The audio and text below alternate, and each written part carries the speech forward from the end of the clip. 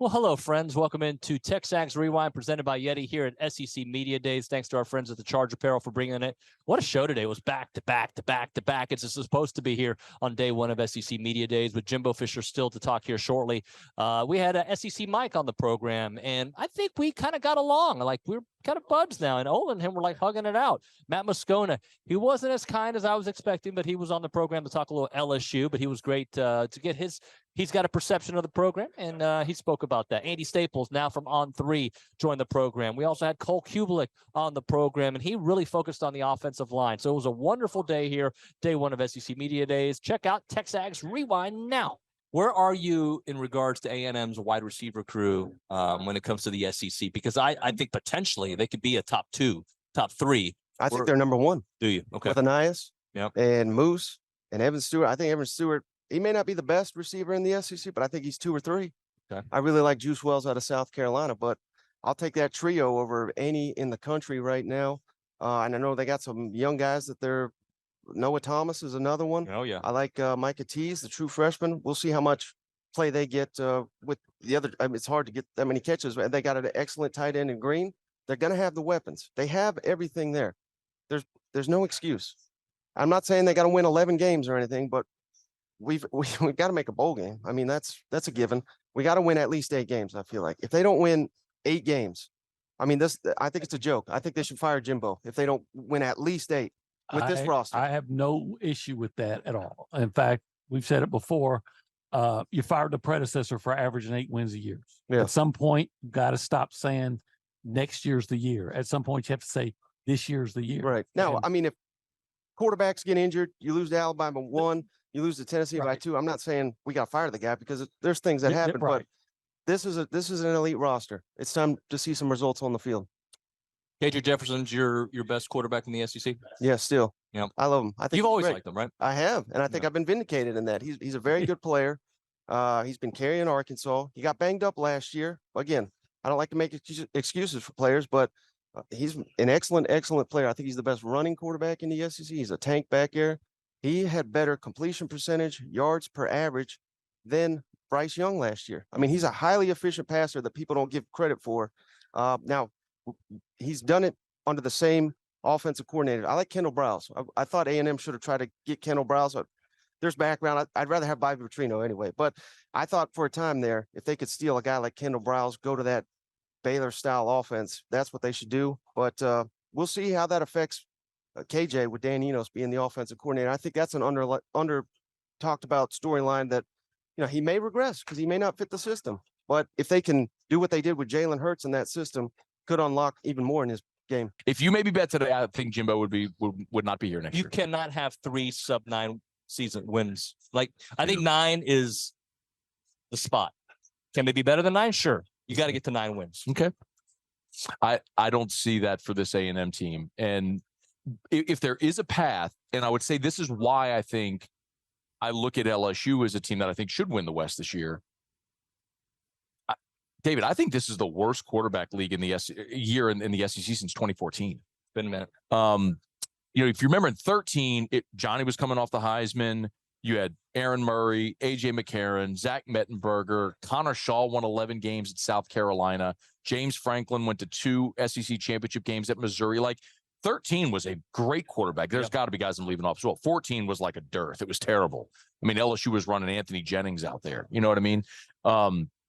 I think last year was so good with the quarterbacks in the league. And so many of those guys are gone now. There's only 5 quarterbacks coming here this week. 5. Who you bring to media days in many respects is an illustration of the stability or status of your program at the time, right? Sure. And only 5 quarterbacks, I think, speaks volumes. So are you high on Connor Wigman or not? I don't know that I've seen enough to say that I am, but my point with that, and thank you for recalibrating me, is there is a chance for a breakthrough because I think the league is bad. Somebody is going to have a quarterback emerge this year. Maybe it's Connor. I mean, Will Rogers has been at Mississippi State forever. I just think that there's a ceiling with Mississippi State, and I don't know that I'm sold on Zach Arnett. I think Hugh Freeze is going to do great at Auburn. I don't think this is going to be the year for him. I think they will win a game this year they have no business winning, because I'll give Hugh Freeze that benefit. But somebody in the league in both divisions is going to have a breakthrough because they're going to have a quarterback like Johnny did in 2012. With the first year A&M was here, were you here in 12 at media days? No. Who was the guy that Johnny beat out for the job in 12? They brought that kid to media days. Oh yeah. You see, no one even remembers his name. Who is it?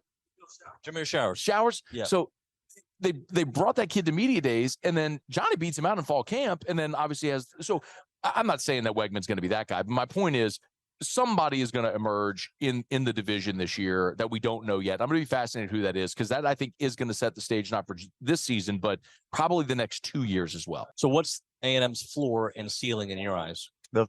That's the problem, is they are high ceiling, low floor compared to the three that I keep talking about, which are high ceiling, high floor. And, A&M's got to prove they can move the floor up. And right now it's just, I need to see that on the field. And it can be, this is a team that is certainly talented enough to win 10 games. It is also a team that is inconsistent enough to lose 7 games. I think you're going to get your answer of if they're good enough to raise that floor in September. Yeah. I mean, you've got Miami in week 2, you've got Arkansas at the end of September, and right before that, you've got Auburn in year 1 under Hugh Freeze coming to Cottonville. Yeah, get your shots in at Hugh Freeze right now. Yeah. Before he gets, that's another guy who's going to shear off players from all those other schools. So yeah, get your licks in on him now.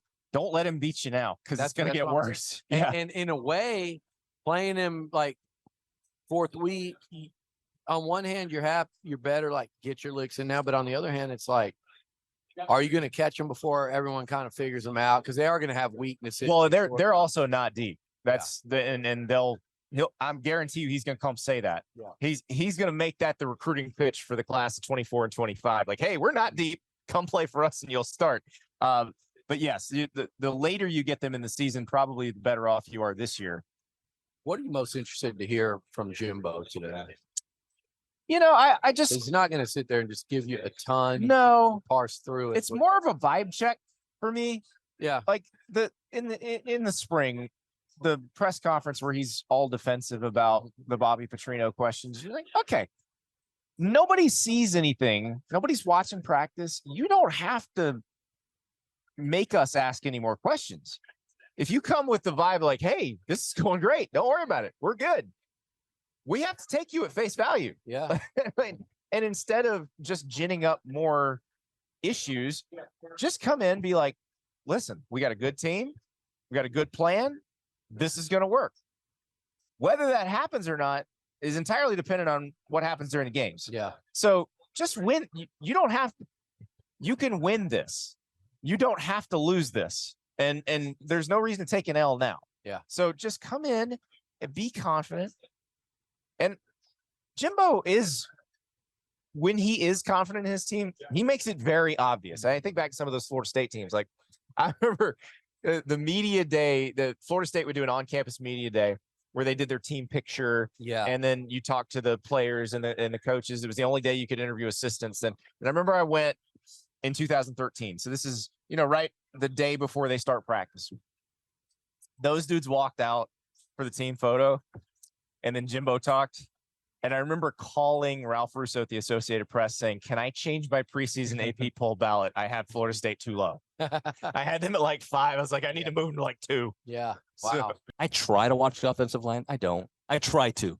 You watch the offensive line. So when you look at A&M last year and some of the issues that they had, was it youth? Was it scheme? What did you see with their O-line? I would classify it in a broad way by saying inconsistency. And that comes for a lot of reasons. I think you went from one of the most player-friendly offensive line coaches that there is, and I mean that in the most positive way possible, to an old school, gritty, a guy's just tough to play for. And a lot of offensive line coaches, David, are very hard to play for. They just are, especially the old school guys. And Adazio's an old school guy. I love him. I think he's great, but he's old school. A lot of new school kids don't vibe with that very well. It takes a little longer to get used to. Now, technically, fundamentally, some things are also going to change. But when you get 2 guys hurt or a guy hurt, and the best way for you to keep your best 5 is to start moving guys around, play right tackle goes over to left tackle, left guard goes to right guard, guard goes down to center. Anytime you start seeing those things happening for a group, you would think it makes it easier because, oh, it's the same guys on the field. I think it makes it more difficult because if I'm playing left guard and our right guard gets hurt and our second team left guard is the best part of our next best five, so I go to right guard, I become more consumed with me doing the right thing than us doing the right thing. Same thing if I went from right tackle to left tackle or center out to tackle or guard. So I think what happens is you start worrying about yourself more than the group, and it's natural. I'm not pointing a finger at anybody. It's just you start thinking more. And when you think as a football player, you're not as effective. You just aren't. Football is a reactionary sport, and you need to know what you're going to do and then react to what happens as opposed to think about what might happen. It's just going to slow you down every single time. So I think it was just inconsistency, guys being in different places, new guys coming in and playing that hadn't played a whole lot.